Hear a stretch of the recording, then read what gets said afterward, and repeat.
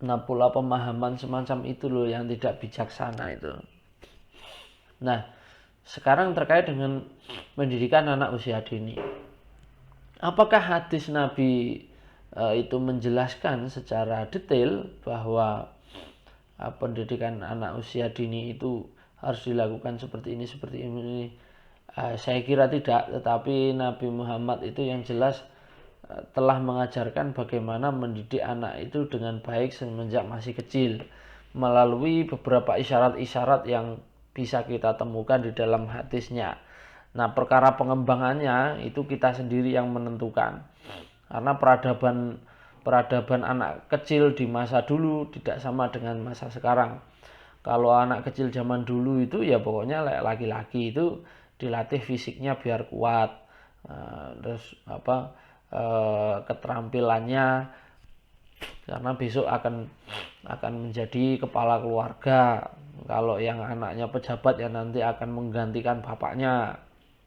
Kalau itu anak raja ya berarti nanti akan menggantikan bapaknya menjadi raja, putra mahkota. Kalau itu anaknya kepala suku ya nanti akan mewarisi kepemimpinan ayahnya sebagai kepala suku. Nah, jadi seperti itu. Sedangkan kalau perempuan nanti perempuan ya dipersiapkan untuk menjadi ibu rumah tangga yang baik, menjadi pelayan bagi suaminya, menjadi ibu bagi anak-anaknya. Nah, dilatih masak, dilatih nyuci apa dan sebagainya. Nah, jadi seperti itu. Itulah zaman dulu. Nah, zaman sekarang peradabannya sudah berbeda. Anak laki-laki dan anak perempuan bisa berkarir dengan derajat yang sama, dengan porsi yang sama. Nah, maka pola pengembangan diri sejak dini itu memiliki gagasan atau konsep yang berbeda-beda. Yang berbeda dengan di masa dulu. Tetapi minimal setidaknya ada hal-hal yang harus diperhatikan. Kalau anak zaman dulu tidak ada potensi-potensi apa begitu, tidak bakal digali. Kalau sekarang kan wah, anak itu sangat diperhatikan sekali. Ada Komnas Perlindungan Anak, ada tim pemerhati psikis anak, ada Kak Seto, ada macam-macam itu, ada banyak sekali. Nah, kalau zaman dulu kan tidak ada. Tapi sebetulnya Nabi Muhammad itu sudah memberikan kisi-kisi. Ya. Nah, sekarang saya mau bacakan hadisnya. Hadisnya ini Hadatsana Muhammad bin Abdurrahman At-Tufawi wa Abdullah bin Bakar As-Sahmi al-makna wahidun. Qala hadatsana Suwar Abu Hamzah an Amr bin Su'aib an Abi an Jadihi qala Rasulullah sallallahu alaihi wasallam muru abna'akum bisolah li sab'i sinin wadribuhum 'alaiha li asyri sinin wa farriqu bainahum fil madaji wa idza anka ahadukum abdahu aw jirahu fala yanzuruna ila syai'in min auratihi wa fa inna ma asfala min suratihi ila rubatihi min auratihi.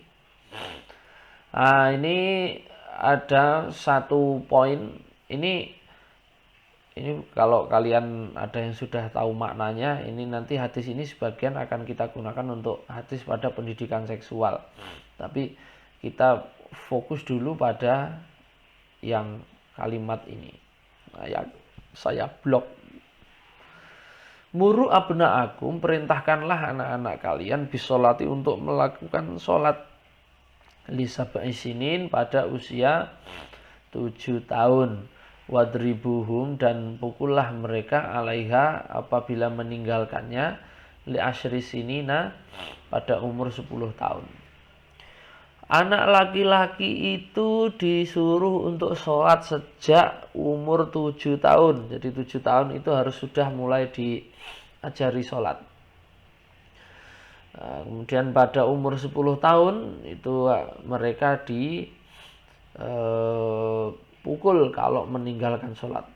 Umur 10 tahun itu apa sudah balik, Pak? Umur 10 tahun itu Tidak mesti, ada yang sudah balik, ada yang belum. Kalau kita mau menandai anak itu sudah balik atau belum itu gampang. Kalau zaman dulu, Pak sudah pernah mimpi basalah, mimpi ya itu cara zaman dulu ya, cara zaman dulu ya bener caranya. Tetapi yang begitu itu ya kalau di zaman sekarang mau ditanyakan ke anak kan tidak etis. Itu kan cara zaman dulu. Kalau kita pakai zaman sekarang yang lebih etis itu gampang.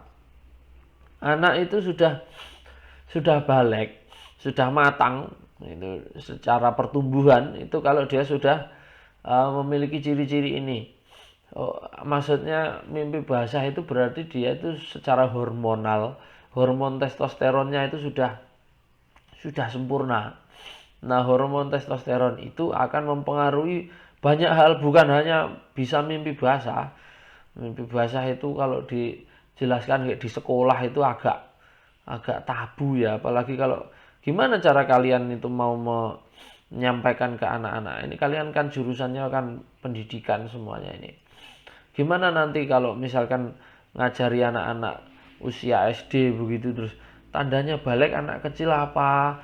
Terus tandanya adalah mimpi basah. Terus mimpi basah itu maknanya apa? Kamu mau nerangkan sama anak kecil mimpinya begini begini begini. Wah, tidak mungkin toh. Cara yang paling mudah itu adalah ya sampaikan aja mimpi basah. Lalu mimpi gimana Pak? Nanti kamu akan tahu sendiri. Tapi kalau kamu pengen tahu betul bagaimana tandanya kalau sudah balik itu, yaitu adalah kamu sudah tumbuh jakun. Ini apa oleh ngarani basa Jawane gulu menjing. Ini sudah tumbuh. Sudah mulai muncul kumis atau jenggot. Atau kalau anak-anak itu biasanya kalau sudah disunat ya, sudah disunat itu biasanya itu suaranya glegori atau suaranya kalau laki-laki berubah menjadi suara besar. Itu bukan karena sunatnya, bukan. Ini salah kaprah wong sampean sing nom-nom yo aja melu-melu kegawa. Suaranya berubah itu bukan karena kok disunat terus habis itu suaranya glegori, bukan. Suara glegori itu disebabkan karena ada perubahan hormonal di dalam tubuhnya anak laki-laki. Hormon testosteronnya itu sudah bekerja, maka dia akan berfungsi hormonnya itu untuk mengubah suaranya seorang laki-laki itu dari suara anak kecil ke suara laki-laki yang menuju ke dewasa. Itu artinya dia sudah balik itu. Kemudian ini apa mulai tumbuh kumis dan sebagainya. Itu tanda kalau anak itu sudah balik. Secara seksual itu sudah mulai matang dia. Nah nanti kalau sudah ngipi, lah itu berarti sudah balik. Dan ngipinya itu tidak usah diterangkan.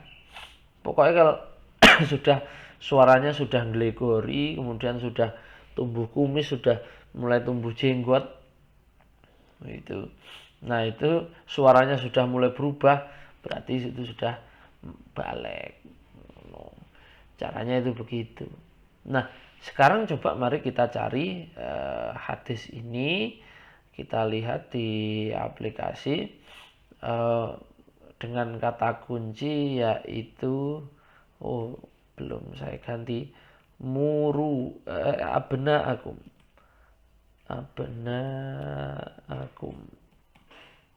Nah, mari kita cari. Ya, kita temukan di dua tempat, yaitu pada Musnad Ahmad bin Hambal dan satunya lagi pada Khamsatu Ahadits min Amalil Hafidz Al-Iraqi. Nah, yang penting kita yang di ini yang bawah ini bukan kitab induk, yang kitab induknya ada di Musnad Ahmad bin Hambal dengan kata kunci muru abnaakum bisolah. Nanti ada kata kunci yang lain dengan muru auladakum bisolah. Nah, kita pakai yang abnaakum dulu. Kalau kita pakai abnaakum di riwayatnya Ahmad bin Hambal, ini kita bisa temukan hadisnya. Kita buka ilmu tiroyahnya, sanadnya bagaimana. Lihat di musnadnya Ahmad bin Hambal hadisnya seperti ini.